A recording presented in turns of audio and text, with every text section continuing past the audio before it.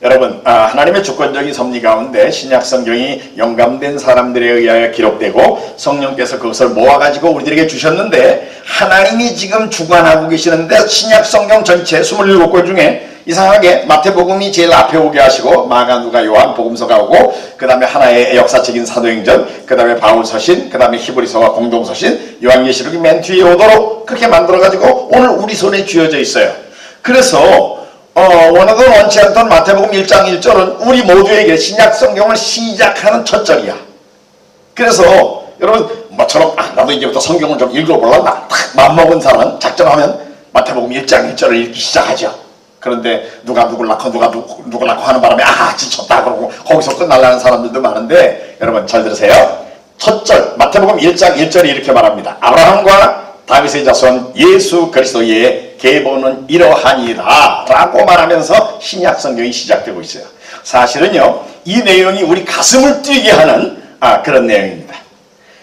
사실 구약에 보면은 하나님께서 두 사람에게 맹세로 약속을 주셨어요.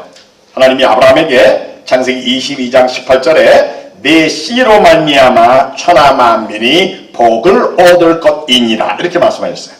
맹세까지 하시면서 그렇게 말씀하셨어요. 모리아에 있는 한 산에서 내 아들 이삭을 바쳐라 그러시고 아브라함이 순종하니까 하나님이 그때 맹세하시면서 16절에 22장 16절에 그리고 18절에 내 씨로 말미암아, 여기 씨라는 단어 through your offspring, 내 자손으로 말미암아, 내 자손으로 말미암아 천하 만민이 복을 받을 거다 이렇게 말씀하셨어요. 맹세로. 그런데 왜 하나님이 맹세로 말씀하셨죠? 하나님은요 진실한 분이라서 맹세로 말씀 안 하셔도 그냥 말씀하시면 그대로 하실 분이에요. 그런데 왜 맹세로 했다고 그랬냐면 히브리서 6장 17절에 보면은 하나님이 요거는 절대로 변경하지 않고 분명하게 그대로 그대로 실천할 것을, 그대로 이루어질 것을 강조하기 위해서 맹세로 말씀하셨다고 그랬어요. 그러니까 요거는요 아브라함의 자손이라는 분이 올 텐데 그분이 오면 땅의 모든 족속이 복을 받을 거라는 거야. 이게 하나님이 맹세로 주신 약속입니다. 그런데 또 한 사람에게 하나님이 그 자손에 대해서 말씀하셨는데 그게 다윗이에요.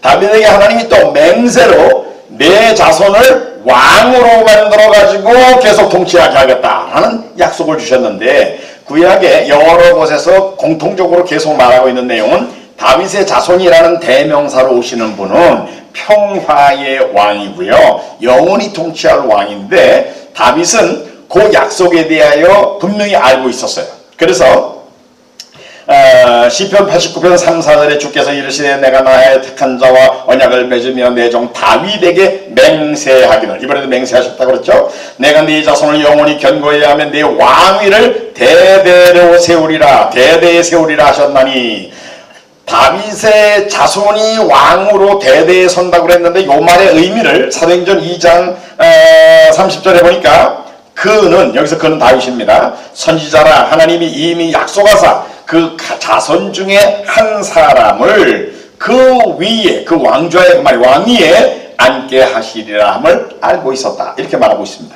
그래서 구약에 가보면은요 두 사람에게 하나님이 그 자손에 대한 약속을 주셨는데 맹세로 둘 다 약속을 주셨어요. 그런데 조금 두 내용이 약간은 같은 예수 그리스도에 대한 내용이지만 아브라함의 자손이라고 말할 때는 내 아들을 제물로 드리라, 아버지가 아들을 제물로 드리려는 시도, 그리고 또 그 양이 죽으려고, 아들이 죽으려고 할 때 네가 아니라 여호와 이레의 양으로 대신 죽게 하고, 그런 사건이 이루어지게 하면서 그때에 주신 약속이 내 자손으로 말미암아 천하 만민이 복을 받을 거라는 말씀을 하나님이 약속으로 주셨거든요. 이거는 뭔가 하면 하나님의 구속 프로그램, 인류를 구원하는 프로그램에서 대신 벌받는 자에 대한 내용인데, 하나님이 그 아들을 죽이시면서까지 그리고 또 대신 벌받아주는 제도를 통해서 사람을 구원하신다는 것을 가르치는 내용으로 하나님이 말씀하셨다, 그 말입니다.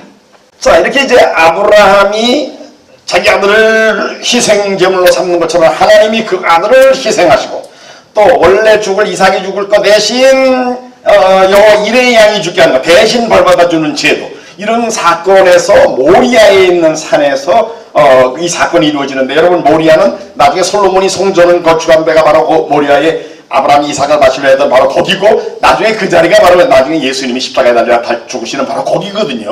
그러니까 역사적으로도 예수님의 십자가의 대속에 대한 얘기입니다. 그래서 사실은 아브라함의 자손이라는 분이 오시면 땅의 모든 족속들을 믿음으로 말미암아 의롭다함을 받고 구원받게 만드는 것, 이것에 대한 예표가 되는 행동이에요. 그래서 창세기 12장 3절 하반절에 땅의 모든 족속이 너로 말미암아 복을 얻을 것이니라 하나님이 아브라함에게 말씀하실 때 그 내용을 갈라디아서 3장 8절에 설명을 하기를 모든 이방이 믿음으로 말미암아 의롭다함을 받게 될 것을 하나님이 아브라함에게 미리 복음으로 말씀하셨다. 그래서 그 내용이 사실은 모든 이방이 너로 말미암아 복을 받으리라고 말씀하셨다. 이렇게 갈라디아 3장 8절에 바울이 설명을 해놓고 있습니다.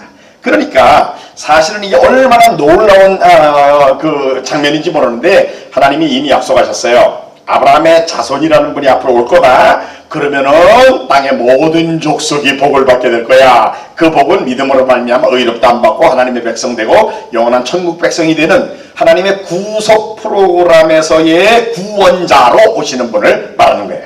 그런데 다윗에게는 왕이에요.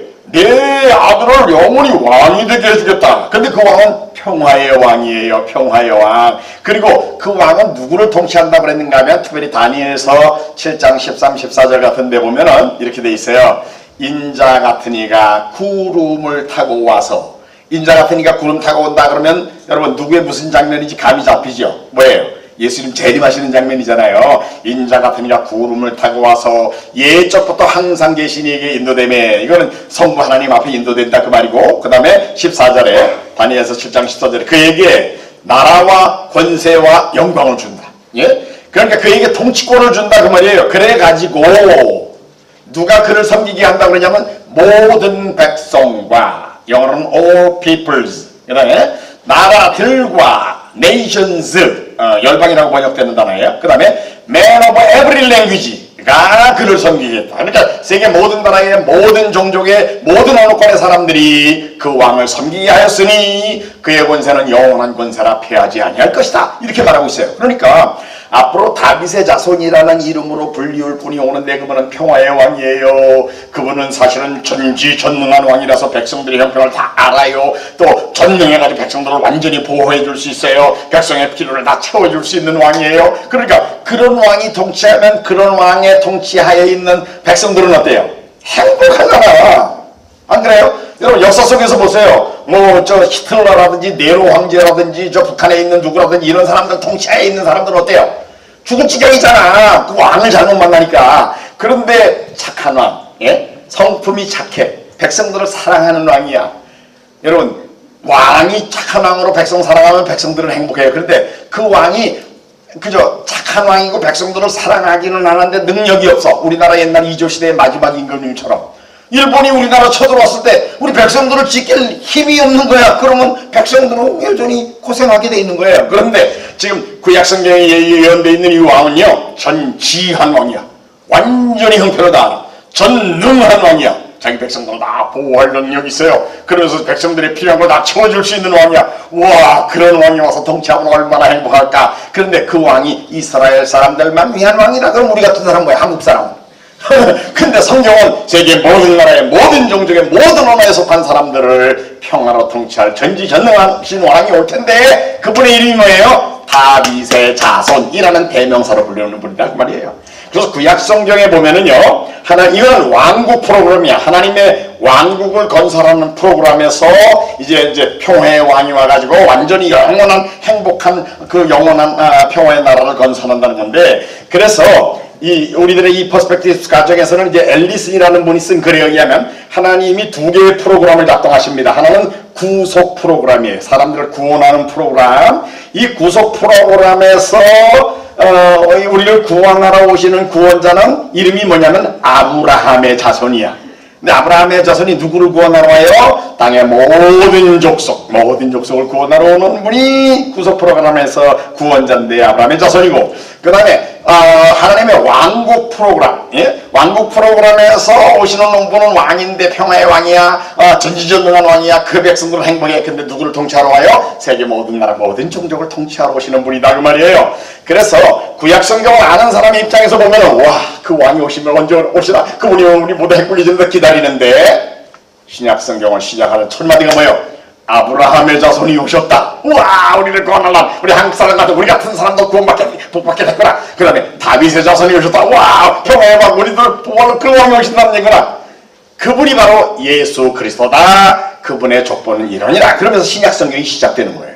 그러니까 여러분, 마태복음 1장 1절을 읽으면 가슴이 뛰어야 되는 거예요. 구약에 이 하나님이 맹세로 두 사람에게 주신 약속, 이걸 아는 사람의 입장에서 신약성경을 시작하는 마태복음 1장 1절을 읽으면 우와, 드디어 온 인류가 복을 받게 됐구나, 온 인류가 행복한 왕의 통치를 받게 됐구나 라는 것을 기억하게 만드는 거다 그 말이에요.